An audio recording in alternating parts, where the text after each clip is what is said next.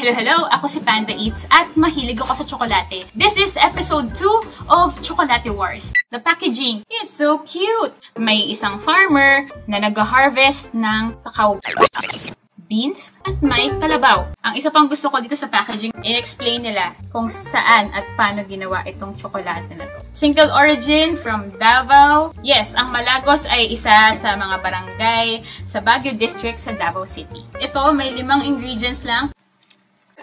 Okay. Kuha na lang ako ng Malagos. Snap test! So, ibig sabihin daw nun, properly tempered yung chocolate. Tapang ng amoy. Enticing. So far, so good.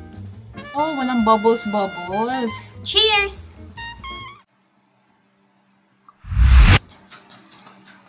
Ang smooth. May sipa talaga ng lasang alak. At the same time, kahit lasang alak siya, may pagka-fruity, hindi one-dimensional. Yung tamis, saktong-sakto lang. Mapakla, chocolatey. It's very indulgent. Ang sarap. Lamia, uy! Next, ang try natin, IC 1919. Okay, see you sa next video!